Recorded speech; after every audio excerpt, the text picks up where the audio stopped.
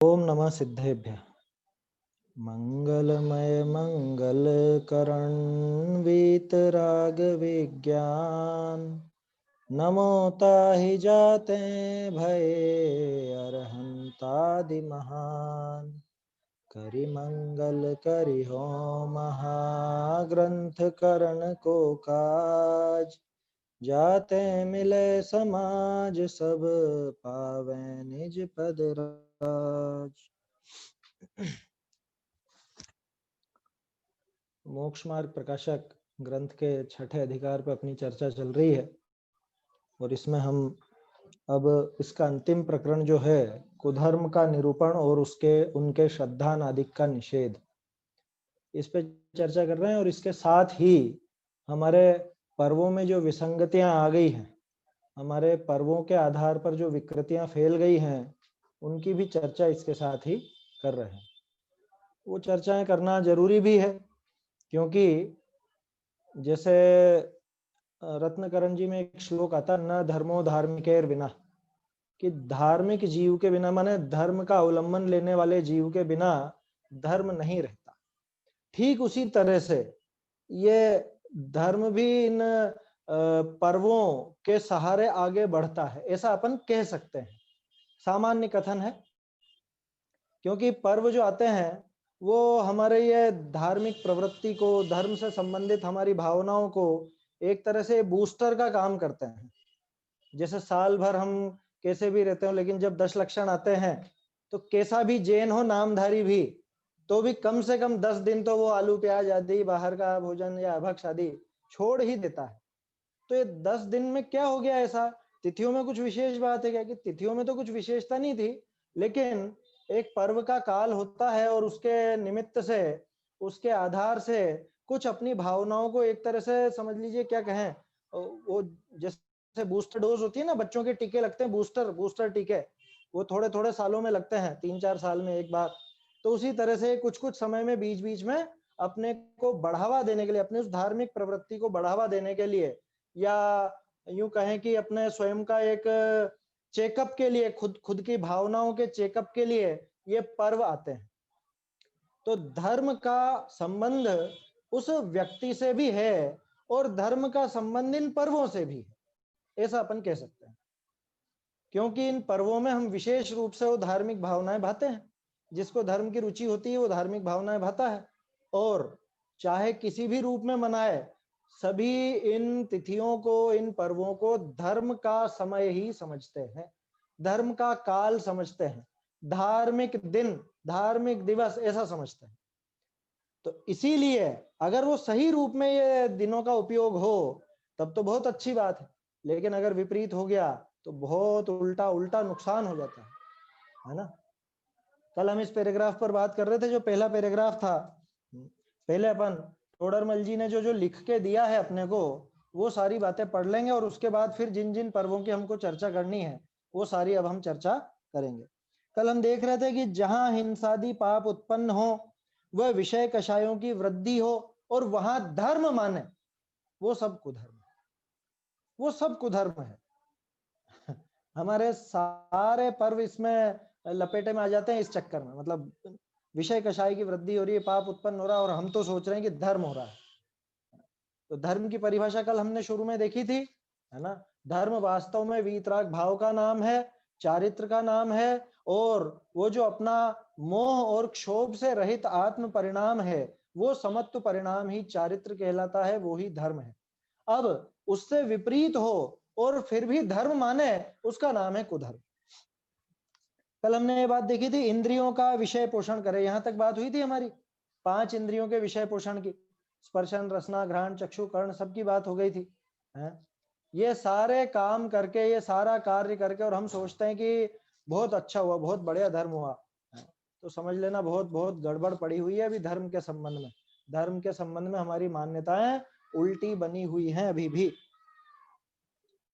कल मुझे बाद में और विचार आया कि जैसे चक्षु इंद्रिय और कर्ण इंद्रिय का विषय, वो नाच गान, है ना, नाच गान या वो जो लाइटिंग वगैरह होती है, पहले भी हमने शायद बात की है, इसी सभा में करी है या पता नहीं कहीं और की है। वो जो अपने आयोजन होते हैं, पंच कल्याणक वगैरह होते हैं, उनमें बड़ी बड़ी डिस्को लाइटें लगाई जाती हैं, बहुत तेज आवाज में वो संगीत बजाया जाता है, बड़े बड़े स्पीकर लगाए जाते हैं, और हम सोचते हैं बहुत धर्म हो गया, बहुत धर्म हो गया।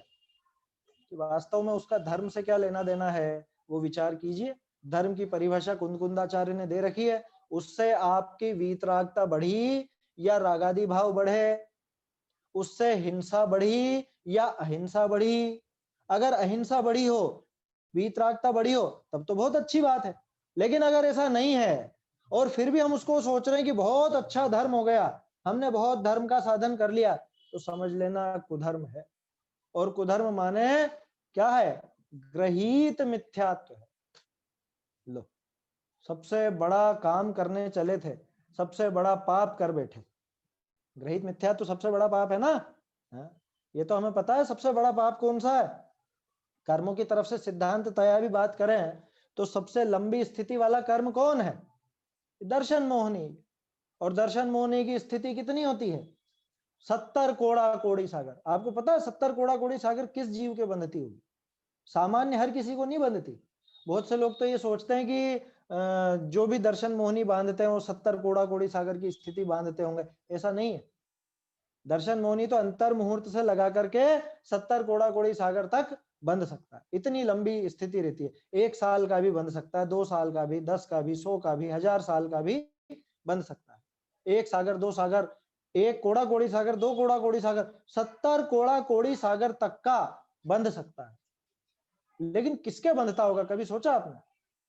कि जिसने उसका बहुत पोषण किया हो। और उस मिथ्यात्व का पोषण किससे होता है? इस ग्रहीत मिथ्यात्व से। पोषे चिर दर्शन मोह एव, ये आप सब पढ़ चुके हो, है ना, 6 ढाला में। और ये छठे अधिकार में हमने इसी की चर्चा काफी की है, 5वें और छठे अधिकार में, कि ये जो मान्यता है ये इस मिथ्यात्व का पोषण करने वाली है, इसको और मजबूती देने वाली है, इसलिए ये ग्रहीत मिथ्यात्व। अब आप समझे मैं क्या कहना चाह रहा हूं? ग्रहीत मिथ्यात्व जो रखेगा, ग्रहीत मिथ्यात्व को जो बढ़ावा देगा, उस जीव को ही 70 कोड़ा कोड़ी सागर की स्थिति बंध सकती है। माने सबसे बड़ा पाप कौन बांधेगा? कि ग्रहीत मिथ्यात्व का पोषण करने वाला बांधेगा। मनुष्यों को मार के खाने वाला, कि ये कहां से आ गई बात? कह रहे मैं ये कहना चाह रहा हूं कि मनुष्यों को मार के खाने वाले उसी भव में मुनि होकर मोक्ष चले गए, है ना। राजा सौदास, जिसको सिंह सौदास कहा जाता था, राम जी का पूर्वज, सुकोशल मुनिराज का पूर्वज, सुनी होगी कहानी आपने, नहीं पढ़ी? पद्म पुराण में है।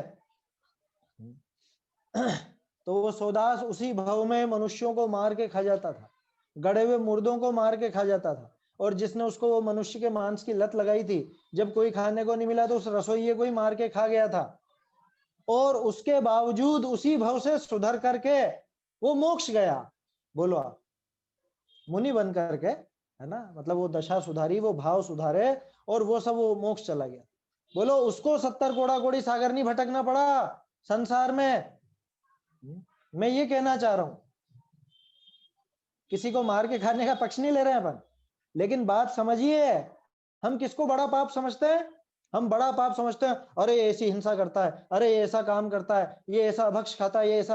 अरे भैया, इन सबसे बड़ा पाप है वो मिथ्यात्व, और मिथ्यात्व में भी ग्रहीत मिथ्यात्व, क्योंकि ग्रहीत मिथ्या दृष्टि को ही ये 70 कोड़ा कोड़ी सागर की स्थिति बंधना संभव है। और गजब की बात, हम इन धर्म पर्वों का आश्रय लेकर के, हम इन धार्मिक अनुष्ठानों का, धार्मिक कार्यक्रमों का आश्रय लेकर के अगर हम ग्रहीत मिथ्यात्व को पनपा देवें, है ना, वो पनपे, तो समझ लो कितना कितना बड़ा नुकसान है। कि जिस जगह पे फायदा ही फायदा होने वाला था, मैं उस जगह पे नुकसान खा गया। क्या वो एक कहावत है ना लौकिक में, हमारी कश्ती तो वहां डूबी जहां पानी कम था, है? बोलो, जहां पे कोई नहीं डूबता वहां डूब गए, जहां पे तो आसानी से तिर चुका था ये, वहां आकर के डूब जाए तो कितनी बड़ी भारी विडंबना है। और हमारी ये बहुत बड़ी, क्या कहूं, सावधानी रखने की आवश्यकता है कि ये जो हमारे धार्मिक पर्व और धार्मिक अनुष्ठान है, इनमें अगर हम सावधानी नहीं रखेंगे तो धर्म की जगह उल्टा पाप ही बांधेंगे। जैसा कि कल भी हमने बात की थी कि ये बड़े जीवों का घात करे और वहां इंद्रियों का विषय पोषण करे।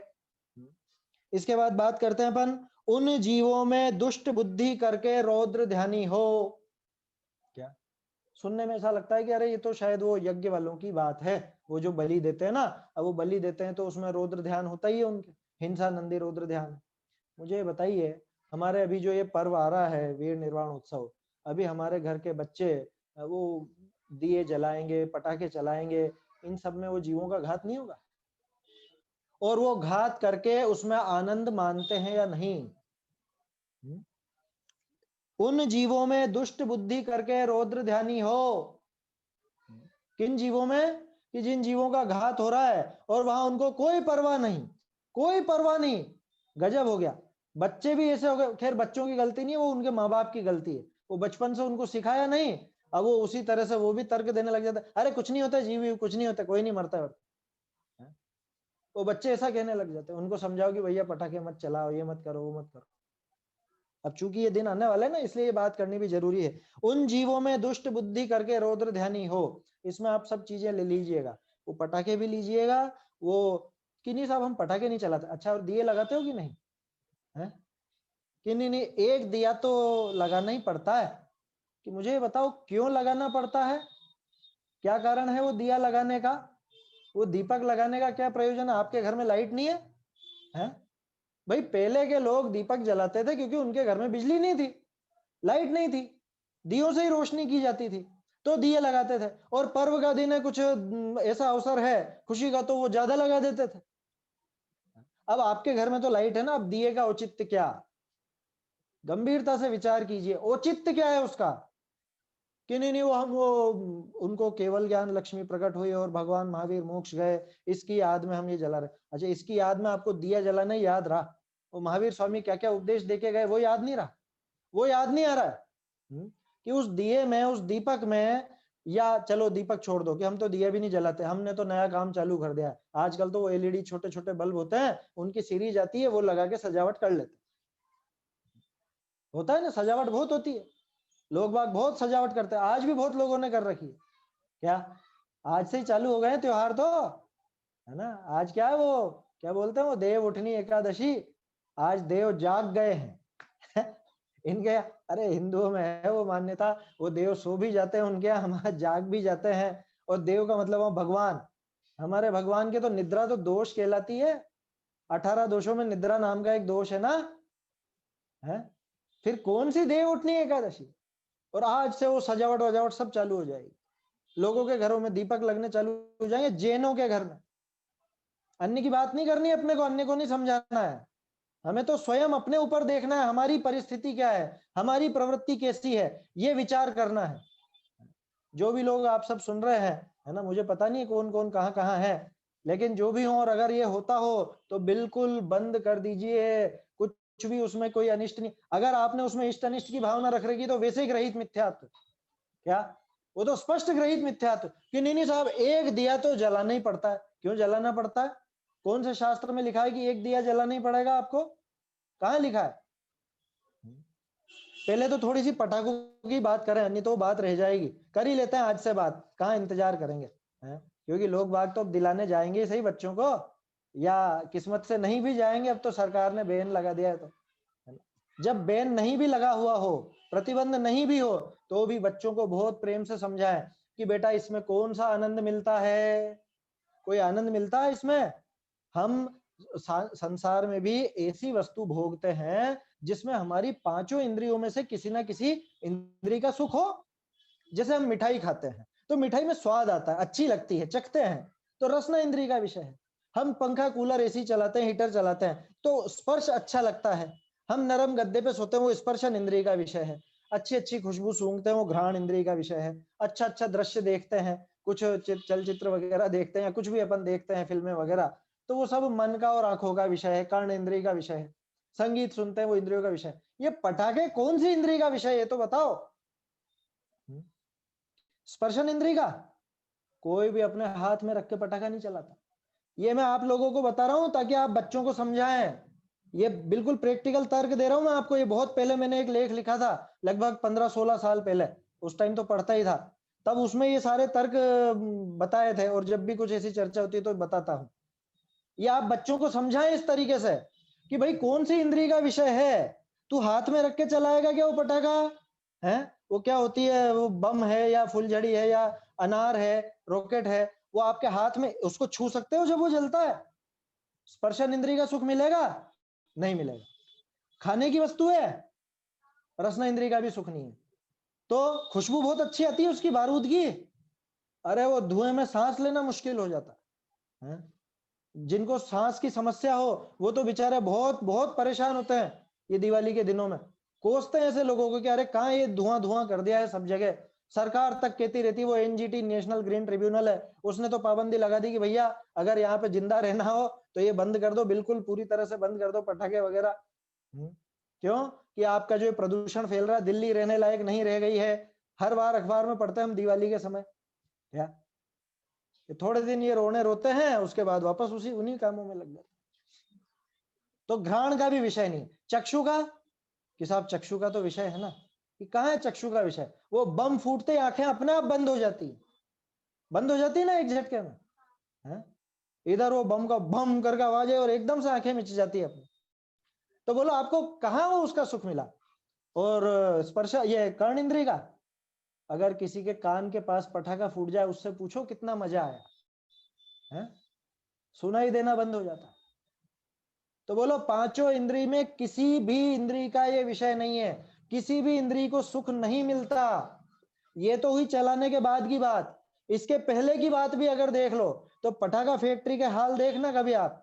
हम लोगों ने तो बहुत पहले कलेक्शन किया था, ये सब चीजें इकट्ठी करके रखते थे, लोगों को बताते थे कि देखो कितनी हिंसा से बनते हैं ये। बनाते समय भी वो जो लोग बनाते हैं उनकी लाइफ ज्यादा नहीं होती है, क्योंकि उनकी नसों में, उनके शरीर में वो बारूद घुस चुका होता है। तो पहले ही बनाते समय ही जाने कितने लोग जान से हाथ गंवा बैठते हैं। उसके पहले ही किसी फैक्ट्री में बारूद की फैक्ट्री में आग लग गई, कुछ भी हो गया, वहां धमाके हो गए, लोग बाग मर गए, जाने कितनी कितनी खबरें आपने पढ़ी होंगी, अखबार में बताने की आवश्यकता नहीं है। इकट्ठा करो तो एक पूरी मैगजीन बन जाए 50-100 पेज की। तो आप सब ये बच्चों को समझाएं क्या कि बेटा इसमें अपने किसी इंद्रिय का कोई पोषण नहीं है, उल्टा नुकसान है। पैसों का भी नुकसान है, समय का भी नुकसान है, स्वास्थ्य का भी नुकसान है, और सबसे बड़ा नुकसान धर्म का नुकसान है। क्यों नुकसान है धर्म का? अरे इतनी हिंसा, और अगर तुझे इसमें मजा आता है तो फिर ये तो हिंसा नंदी रौद्र ध्यान है।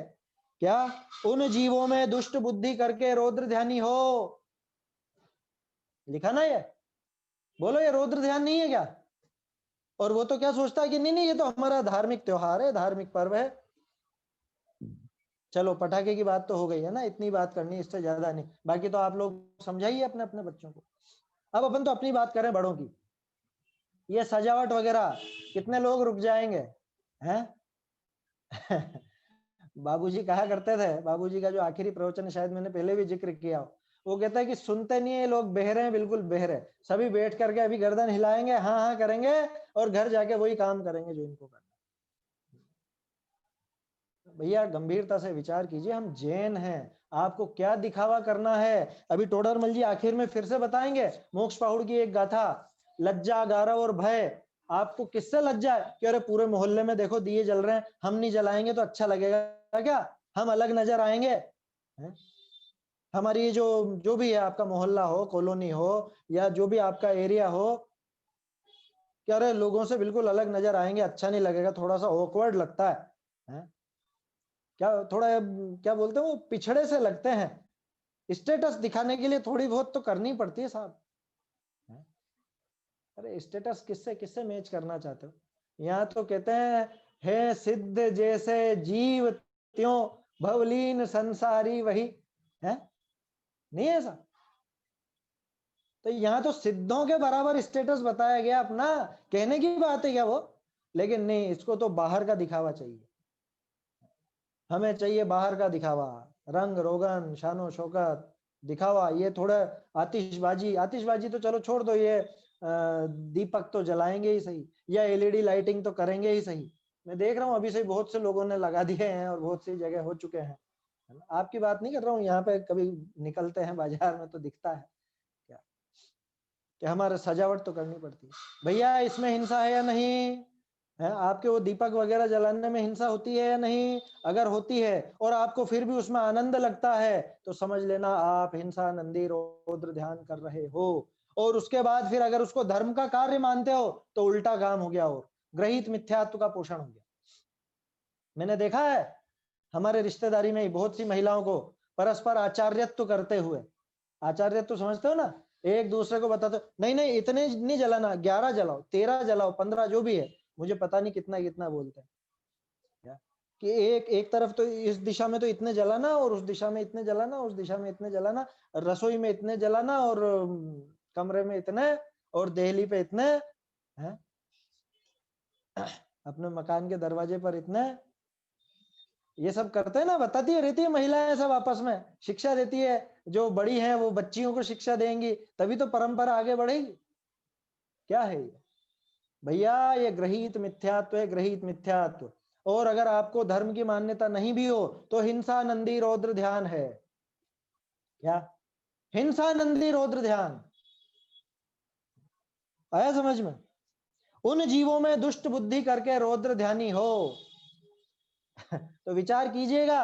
ये विषय अभी लेने का प्रयोजन यही है कि अभी 5-6 दिन में अच्छे से अपना मानस बना लीजिए, उखाड़ फेंकिए ये ग्रहित मिथ्यात्व की जो मान्यताएं हैं, व्यर्थ की जो ये और अपन ने चला रखी हैं फालतू में ऐसी कुरीतियां, इन कुरीतियों को फेंक दीजिए एक झटके में, देर नहीं लगनी चाहिए। अरे जिस जीव को अपना कल्याण दिखता हो, अपना कल्याण का मार्ग मिल गया, उसको उसको परवाह है जगत की? वो परवाह करेगा जगत की? क्या अरे लोग बाग क्या कहेंगे, एक दिया तो जला लो, एक दिया तो जला लो, ये नहीं जलाना। आया समझ में? और क्या कह रहे हैं?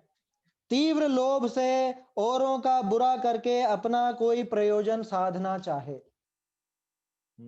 तीव्र लोभ से औरों का बुरा करके, कि साहब औरों का बुरा तो हम नहीं करते, कि ठीक है, लेकिन तीव्र लोभ से अपना कोई प्रयोजन साधना चाहे, ये तो करते हैं। ये कहाँ करते हैं? क्यों, शाम को पूजा करोगे कि नहीं करोगे? हैं? जैनी और शाम को पूजा करें? मैं आश्चर्यचकित रह गया। कुछ दिनों पहले, मतलब कुछ महीनों पहले मुझे पता चला अपने साधर्मी भाई स्वाध्यायी, और वहां पे वो दीपावली की पूजन शाम को, कहां पे? दुकान में है? घरों में? घरों में पूजा होती है क्या? पहले तो मैं आपसे ही पूछता हूँ।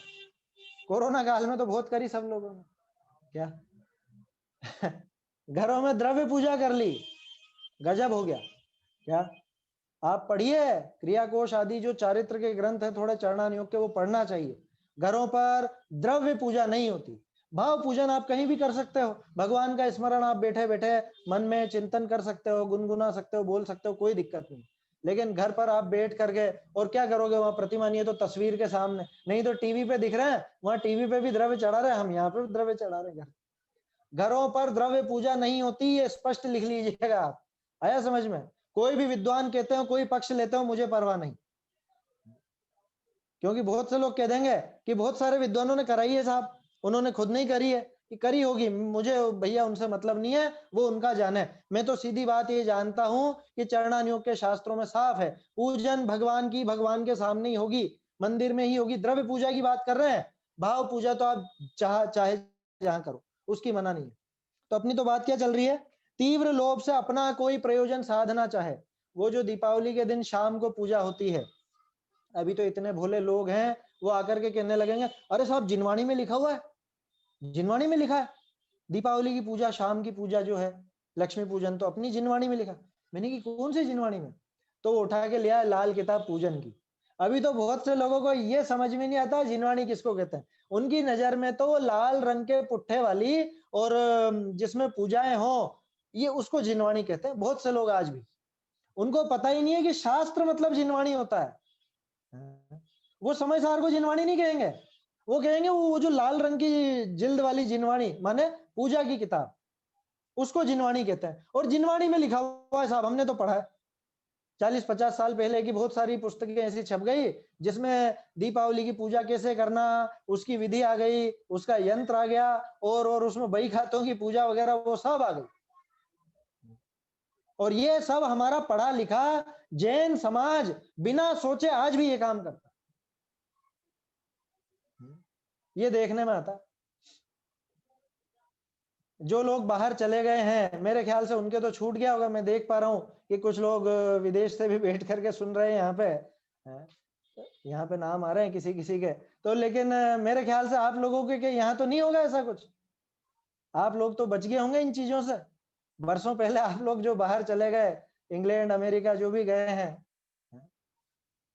यहाँ बहुत बहुत बुरी समस्या है, बहुत भारी समस्या है। मतलब जा जा करके 10 लक्षण में दीपावली की बात करनी पड़ती है, ये स्थिति हो चुकी है। 10 लक्षण में जाओ और वहां पे लोगों को समझाना पड़े कि भैया घर पर पूजन नहीं होती, शाम को पूजन नहीं होती, शाम को बिल्कुल मत करना। अभी बहुत से लोग ये विधि बता रहे हैं, व्हाट्सएप पर मैसेज चालू हो चुके हैं कि शाम को ये मुहूर्त रहेगा, इस टाइम पे पूजा कर लेना। शाम को पूजा कहाँ होती है भैया? शाम की पूजन का विधान कहाँ है? कौन से शास्त्र में शाम को पूजा करो आप? हमारे यहाँ तो सुबह सुबह होती है द्रव्य पूजन, और भगवान के सामने होती है, घरों पर नहीं होती कभी भी। ये कहां से उठा ला है पद्धति? बिल्कुल मतलब ये जैसे कोई यहाँ पे कंधे के ऊपर कुछ सड़ा सा नारियल रखा हुआ हो, कुछ विचार नहीं, कुछ भी नहीं, जैसा कोई कुछ भी कहे वहीं उसके सामने हाँ जी हाँ जी हाँ जी, सब तैयार। अभी मैं मना कर रहा हूं तो हाँ नहीं होनी चाहिए, नहीं होनी चाहिए। कल से कोई आके कह देगा कि करो भैया तो करने लग जाएंगे। मनुष्य का मस्तक मिला आपको, मनुष्य का माथा है ये।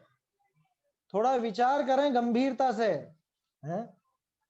खैर मुख्य मुद्दे की बात तो ये थी। मैं तो बात ये कहना चाह रहा था, वो जो लोग ऐसा करते हैं वो क्यों करते हैं बताओ?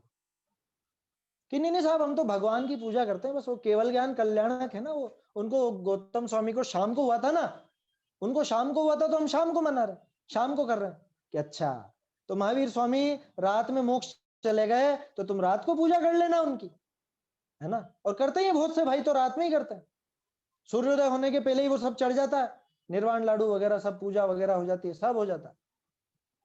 मतलब कितनी इसकी खोटी बुद्धि होगी है। अरे आपके घर में मान लो रात को 2 बजे भी कोई बच्चा पैदा हुआ है तो उसका जन्मदिन तो दिन में ही मनाओगे ना आप, कि रात को 2 बजे जग के मनाओगे? हैं? दिन में ही तो मनाओगे। खैर आजकल तो उल्लुओं की पद्धति चल चुकी है, रात को 12 बजे उठ के मैसेज किए जाएंगे। उल्लू क्यों कह रहा हूं? गाली नहीं दे रहा हूं, उल्लू जगता है ना रात को, इसलिए बता रहा हूं। ये उल्लुओं की पद्धति है कि रात में जागना और दिन में सोना। किसी को बुरे लगे हों मेरे शब्द तो क्षमा कीजिएगा, लेकिन असलियत है ये, क्या करें। विचार कीजिए आप, तीव्र लोभ से अपना कोई प्रयोजन साधना चाहे। मैं तो बात ये कहना चाह रहा था कि वो जो शाम की पूजा कर रहा है उसके दिमाग में क्या चल रहा है मुझे बताओ।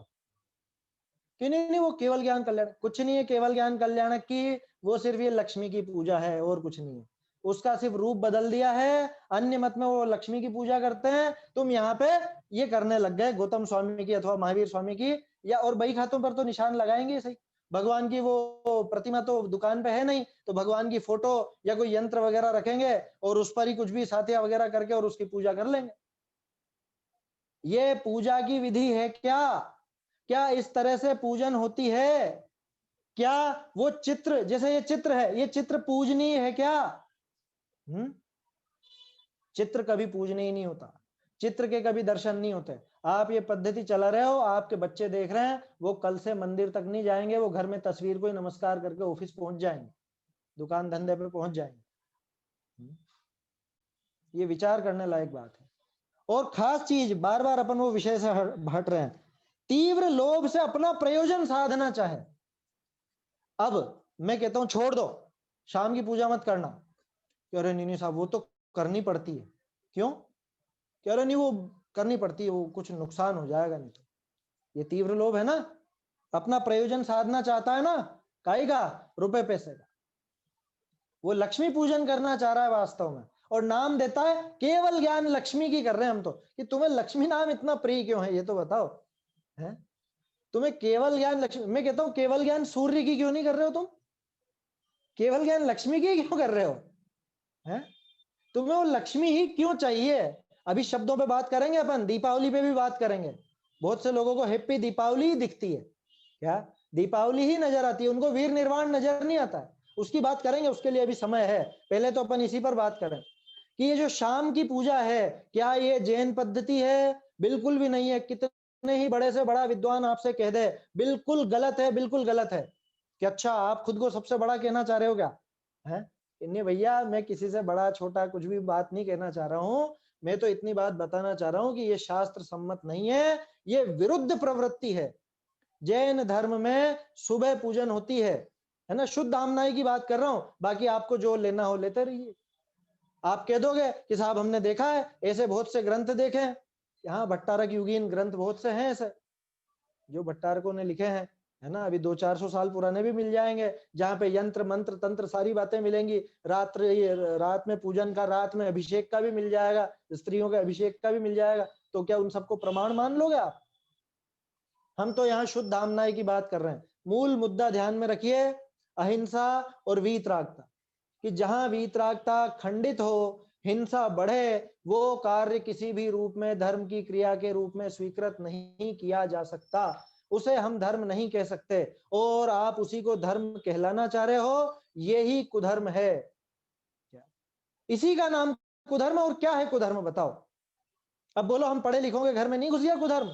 हम पटाखे नहीं चलाते, हम दिया भी नहीं जलाते, छोड़ दिया हमने तो दिया भी, लेकिन हम वो पूजा तो करेंगे शाम की। ये कुधर्म है, क्योंकि आपके दिमाग में मान्यता वो बैठी है। और उस पूजन से क्या लाभ है ये बताओ? कि नहीं साहब हम तो सिर्फ देव की पूजा करना चाह रहे हैं। क्यों सुबह नहीं करी आपने? हैं? सुबह नहीं करी क्या जो शाम को करना चाह रहे हो? दिन भर से बहुत बिजी थे। थोड़ा सा विचार करें, क्या है हमारे बहाने, क्या है हमारे कुतर्क? हम फटाफट ऐसा तर्क निकलता है हमारी जीवान से, कैसा? यार वो तो भगवान की तो पूजा है, ये तो भगवान की पूजा कर ली ना भैया सुबह।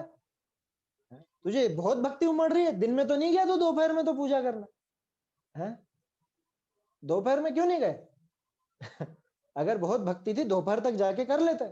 शाम के समय सूर्यास्त के बाद कोई पूजन होती नहीं है, बल्कि सूर्यास्त के जो अंतर मुहूर्त का काल है उस समय भी ये कोई कार्य नहीं किया जाता। सूर्योदय के अंतर मुहूर्त पश्चात मंदिर की क्रिया प्रारंभ होती है। ये शुद्ध आमनाय तेरा पंथ का नियम है।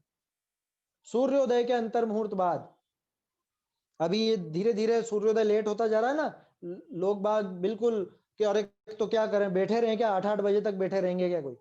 ऐसा बोलते हैं लोग। क्या कि ठीक है तुम बहुत बिजी हो, भगवान फालतू बैठे, उनको क्या है, उनको तो दिन भर वहीं बैठना है ना? कह रहे हम क्या बैठे रहेंगे क्या 8-8 बजे? क्योंकि 7:15 तो सूर्योदय का हो जाएगा, 7:15 बजे तक हो जाएगा सूर्योदय बहुत सी जगह। अब 7:15 से पौन घंटा और आगे निकाला तो 8 बज जाती है। अब आप कह रहे हो 8 बजे हम मंदिर की क्रिया करें, कि भैया शुद्ध हमना है तो यही है, बाकी तुम्हारे दिमाग में जो जमे सो करो, हम कौन होते हैं मना करने वाले? लेकिन विवेक रखो आप क्या करना है क्या नहीं करना। देखते हैं हम 6-6 बजे सुबह अंधेरे में, अंधेरा रात्रि काल में ही मंदिर की सारी क्रियाएं कर लेते हैं। उनसे सीधा सा कहा जाए तुम इस समय रसोई का काम कर सकते हो, खाना बना सकते हो? दिसंबर के महीने की कह रहा हूं, जब सुबह 6 बजे बिल्कुल घुप अंधेरा रहता हो, जब 7 बजे के बाद सूर्योदय होता हो, क्या आप 6 बजे अपनी रसोई खोल सकते हैं? क्या आप 6 बजे रसोई खोलकर भोजन बना सकते हैं, भोजन कर सकते हैं? कि अगर नहीं तो ये मंदिर की क्रिया कैसे कर सकते हो? और ये जो अभी पर्व आने वाला है इसमें रात का ही काम है सारा।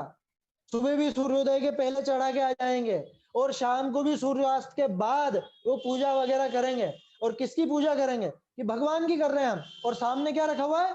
वो बही रखी हुई है, खाता रखा हुआ है, अकाउंट्स रखे हुए हैं, या कोई फैक्ट्री वाला है तो उसकी मशीनें हैं, मशीनरी की पूजा करेगा, वहां पे भी लगाएगा और पूजा करके आएगा। कि कहां से आ रहे हो साहब? की फैक्ट्री से। क्या करके आ रहे हो? कि पूजा करके। फैक्ट्री से पूजा करके, दुकान से पूजा करके, हैं? घर गृहस्थी या फैक्ट्री दुकान धंधा ये सब पूजा के स्थान है। तो मंदिरों में तो ताली लगा दो, फिर क्या है? तो यहाँ पे पूजा जो होती है, ये जो जगह अपन ने देखी, गोदाम फैक्ट्री दुकान व्यापार धंधा इत्यादि, ये सब तीव्र लोभ से अपना प्रयोजन साधना चाहता है। आखिर में उसके मुंह से यही निकलेगा साहब शुभ के लिए करते हैं हम, अच्छा हो सब इसलिए करते हैं, तो खुद का लौकिक प्रयोजन साधना चाहता है ना। वो लौकिक प्रयोजन साधना चाहता है और ऐसे कार्य करके वहां धर्म माने सो कुधर्म है, ये कुधर्म है, उसको धर्म का नाम दिया जाता है। उससे पूछो कि तुम जो ये पूजा आदि क्रिया कर रहे हो, ये पूजन आदि की क्रिया क्या है, ये बताओ साहब, पाप है कि नहीं? नहीं, हम पाप थोड़ा ना, ये तो धर्म है, धर्म की क्रिया है, अच्छा है, यही कहेगा वो। उस पूजा को धर्म की क्रिया ही तो कहते हैं सभी। यहां कह रहे हैं कि वो धर्म नहीं है, वो कुधर्म है। क्यों? कि एक तो प्रयोजन खोटा, एक स्थान खोटा, एक विधि खोटी, ये सारी चीजें तो खोटी हो गई उसमें, और फिर उसमें धर्म मानता, तो ये सब कुधर्म है। ये मूल अपना बेस है, ये पैराग्राफ इस पूरी चर्चा का। आया समझ में? आगे बढ़ते हैं अपन, है ना, क्योंकि पहले ये पढ़ेंगे तभी जाके हम पूरी डिटेल में वो सारी बात कर सकेंगे। आगे देखते हैं। मुझे एक विकल्प आ रहा है, अभी समय भी थोड़ा सा 10 से 1 मिनट ही है, और चूंकि अब 11 तो हो ही गई है और 13 आने वाली है, अब लोगों के आपके पास काफी मैसेज भी चालू हो जाएंगे, तो मैं सोचता हूँ कि पहले उसी की बात कर ली जाए, है ना, उसकी बात कर लेते हैं, आगे का विषय तो अपन देखेंगे। चलिए, तो धनतेरस, है ना, अपना पर्व है या नहीं है, थोड़ी सी चर्चा करते हैं उस पर। आएंगे आपके पास मैसेज बहुत से कि नहीं नहीं ये धन्य तेरस है, ये धन्य तेरस है, अपने बहुत से विद्वान भी कहेंगे इस तरह की बात, है ना। किसी से व्यक्तिगत मुझे कोई विद्वेष नहीं है, कोई लेना देना नहीं, कौन कह रहा है ये भी मुझे पता नहीं, लेकिन कही जाती है, इस तरह की बातें बहुत चलती है। 2-4 साल से देख रहा हूँ व्हाट्सएप पर इस तरह की बहुत सी खबरें आती है। धनतेरस नहीं है, ये धन्य तेरस है। क्यों है धन्य तेरस? कि महावीर स्वामी का आखिरी उपदेश इस दिन खिरा था, इसलिए ये धन्य तेरस है, और ये धन्य तेरस का बिगड़ करके धन तेरस हो गया है, इसलिए ये अपना त्योहार अपने को मनाना चाहिए। चलिए, पहला प्रश्न तो ये कैसे मनाओगे, कैसे मनाओगे? लौकिक विधि तो ये है कि कुछ ना कुछ नई खरीदी करो। मैं कहता हूं एक सुई भी उस दिन खरीदी तो ग्रहित मिथ्यात्व का पोषण किया आपने। धनतेरस के नाम पे खरीदा तो ग्रहित मिथ्यात्व का पोषण, बिल्कुल मत खरीदना।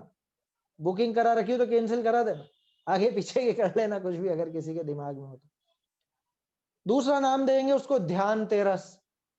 कह रहे ध्यान में बैठ गए थे ना महावीर स्वामी, इसलिए वो ध्यान तेरस थी, उसका नाम बिगड़ के धन तेरस हो गया।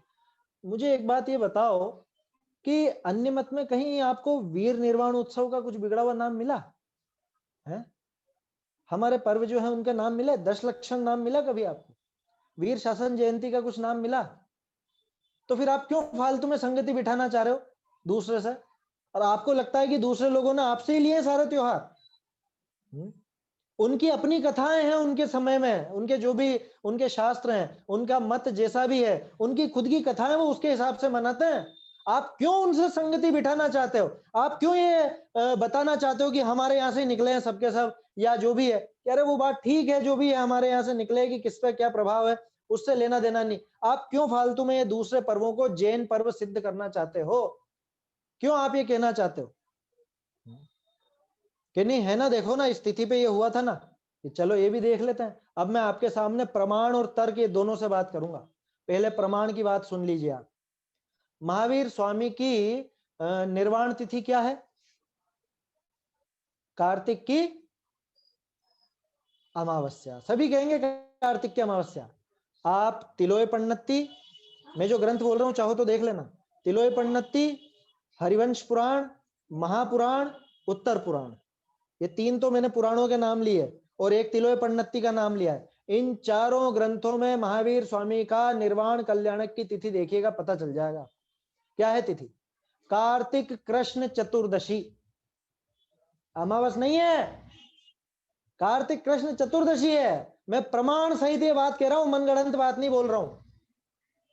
अरे ये क्या हुआ, फिर हम अमावस को मनाते आ रहे हैं वर्षों से, पूजाओं में लिखा है कार्तिक मावस श्याम पायो प्रभु निर्वाण तुम। अरे उसका ऐसा है कि कार्तिक कृष्ण चतुर्दशी के अंतिम प्रहर में उनका मोक्ष हुआ। अंतिम प्रहर का मतलब समझे आप? एक प्रहर होता है 3 घंटे का, और तिथियां रात की 12 बजे से रात को 12 बजे तक नहीं चलती हैं, तिथियां चलती है सूर्योदय से अगले सूर्योदय तक। माने कार्तिक कृष्ण चतुर्दशी कब से कब तक चली? कि जैसे मान लो अभी 11 चल रही है ना, तो आज 11 कब प्रारंभ हुई? आज के सूर्योदय पे प्रारंभ हुई, और 11 कब तक है? रात को भी 11 है, और कल सुबह सूर्य का उदय होने के पहले तक 11 है। सूर्योदय के बाद 12 लगेगी। द्वादशी जो है कल, वो सूर्योदय के बाद है, पहले नहीं, पहले तो 11 है।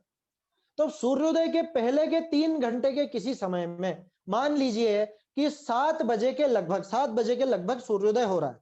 मान लीजिए, उदाहरण दे रहा हूं मोटा मोटा, 7 बजे के लगभग सूर्योदय हो रहा है, तो उसका अंतिम प्रहर माने रात को 4 से सुबह 7 बजे के बीच में कभी, जब वो अमावस लगी नहीं थी, चतुर्दशी का काल था, उस समय बीच में एक अंदाजन, मोटा मोटा अंदाजा 5:30 बजे, मोटा मोटा अंदाजा बता रहा हूं, 5:30 बजे के करीब बीच का समय ले लिया अपन ने।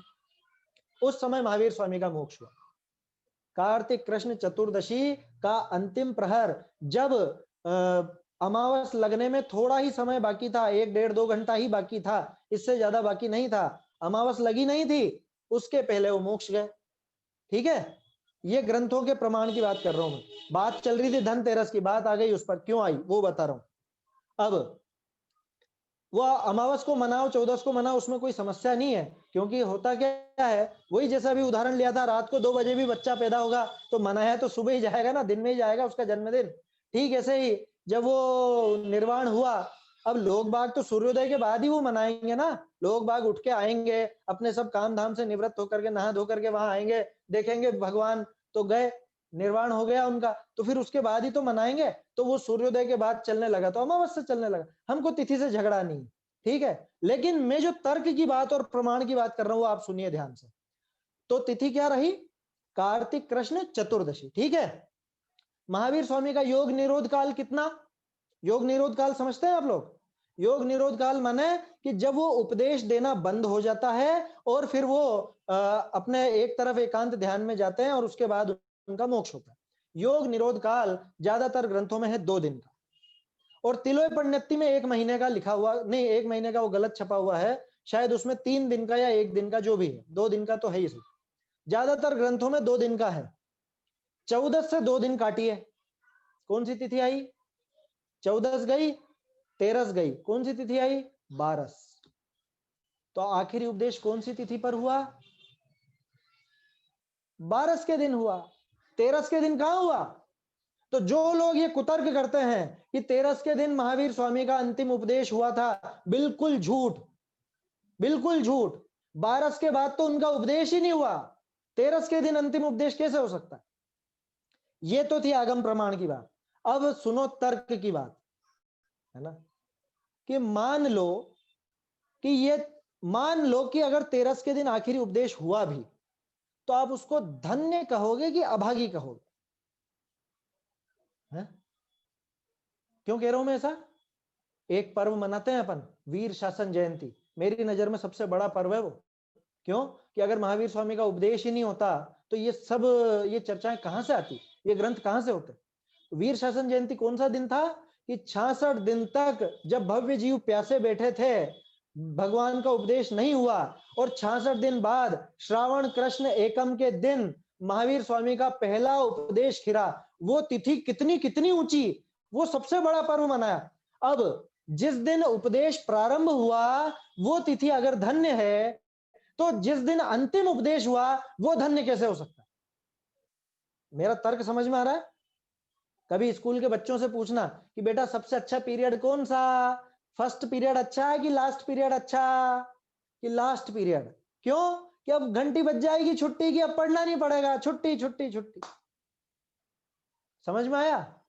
तो ऐसी स्थिति है क्या? अगर आप इस अंतिम उपदेश की तिथि को धन्य कहते हो, इसका मतलब आपको बहुत तकलीफ हो रही थी वो जो 30 वर्षों से उपदेश चल रहा था उससे, कि बढ़िया अब सुनना नहीं पड़ेगा, छुट्टी पाई, रोज का 3-3 टाइम 2 घंटे 24 मिनट है, 3 टाइम का 7 घंटे 12 मिनट, अरे व्यापार धंधा भी देखना होता है? इतना कौन सुने, कौन बैठे इतना, अब छुट्टी पाई इसलिए अच्छी तिथि है, ऐसा है क्या? मतलब क्या है हमारी मानसिकता, क्या है ये तो विचार कीजिए। तो मेरा तर्क समझ में आया आपको? कि वो अभागी है वो 13, तो अगर उस 13 को मानते भी हो तो 13 तो है ही नहीं, पहली बात तो 12 की भी बात करें तो ये काला दिन है अपने लिए 12 का। क्यों? कि इसके बाद कोई तीर्थंकर की दिव्य ध्वनि नहीं खिरी, और हमारे जीवन काल में खिरने वाली नहीं है, खिरेगी 84,000 वर्ष लगभग लगभग उसके बाद। जब पहले तीर्थंकर होंगे और फिर उनकी दिव्य ध्वनि होगी, तब जाकर के वो अब दिव्य ध्वनि के द्वारा उपदेश होगा। समझ में ही बात।